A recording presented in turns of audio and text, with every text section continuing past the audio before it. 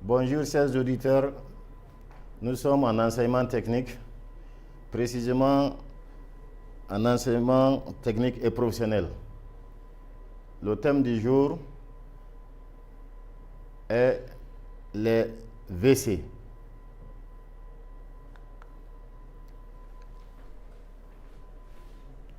Les objectifs: identifier les différents types de WC, implanter les WC, raccorder les WC à la conduite d'évacuation et d'alimentation, monter les accessoires, essayer le système. Définition: les WC sont des appareils sanitaires qui reçoivent, conservent et évacuent les eaux vannes. Qu'est-ce qu'on appelle une eau vanne? L'eau vanne, c'est composé d'urine, excréments et eau de nettoyage. Les WC sont composés d'une cuvette, d'un réservoir de chasse et d'un abattant.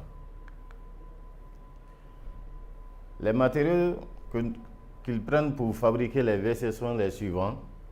Il y a le porcelaine, le grès, les matières synthétiques et de l'acier inox.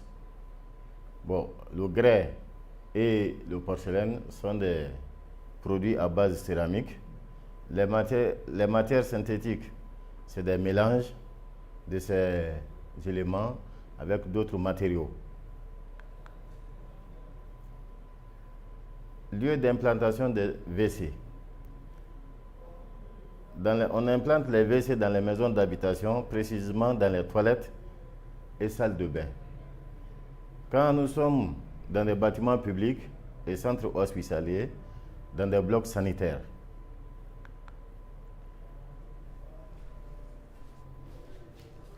Les différents types de WC. On distingue principalement trois types de WC. WC à l'anglaise, utilisé en position assise. WC à la turque, utilisé en position accroupie. Et le WC suspendu. Voici l'image de ces trois WC. Vous voyez ici le WC à l'anglaise sur laquelle on s'assoit. Ensuite, vous voyez, ça c'est le WC à la turque sur lequel on s'accroupit. Et enfin, vous voyez le WC suspendu sur lequel aussi on s'assoit.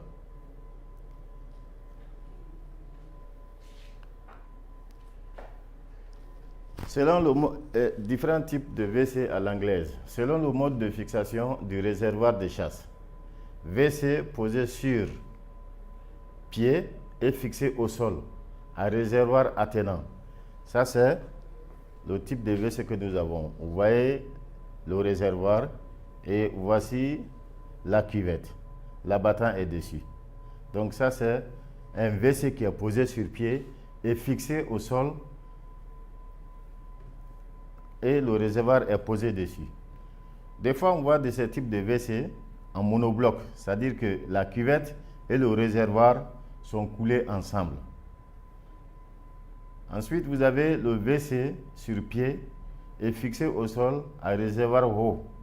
C'est-à-dire que vous voyez là, la cuvette est en bas et le réservoir se trouve en haut. Donc, ce type de WC à l'anglaise est appelé WC à l'anglaise à réservoir haut.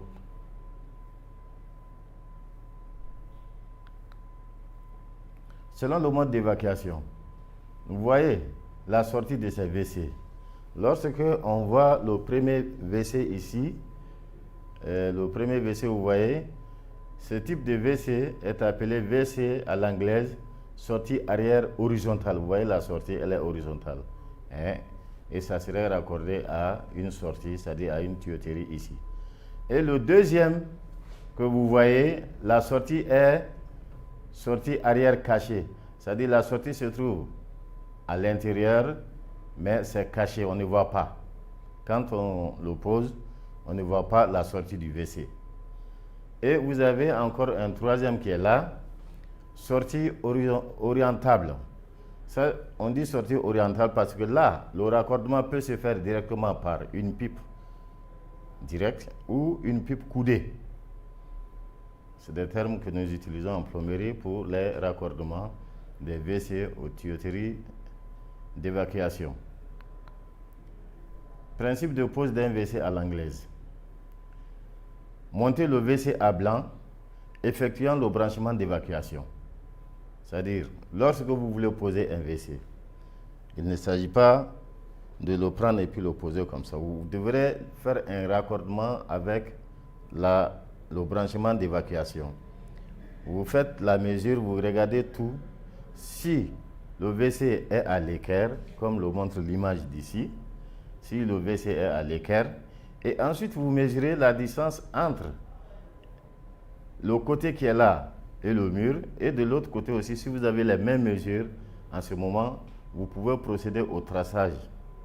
Vous tracez très bien le fond du WC et ensuite, vous déterminez les points de fixation que vous voyez là. Vous marquez les points de fixation et ensuite, vous enlevez le WC. Une fois que vous avez fini d'enlever le WC, vous regardez les marques faites sur le carreau. En ce moment, vous percez et vous enfilez maintenant, vous placez les chevilles. Après avoir placé les chevilles, en ce moment, vous pouvez venir positionner le WC et puis procéder au serrage des vis.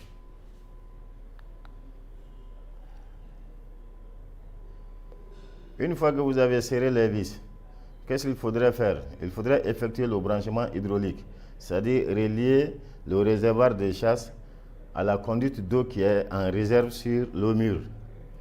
Une fois que vous avez fini, vous montez l'abattant, effectuez la mise en service.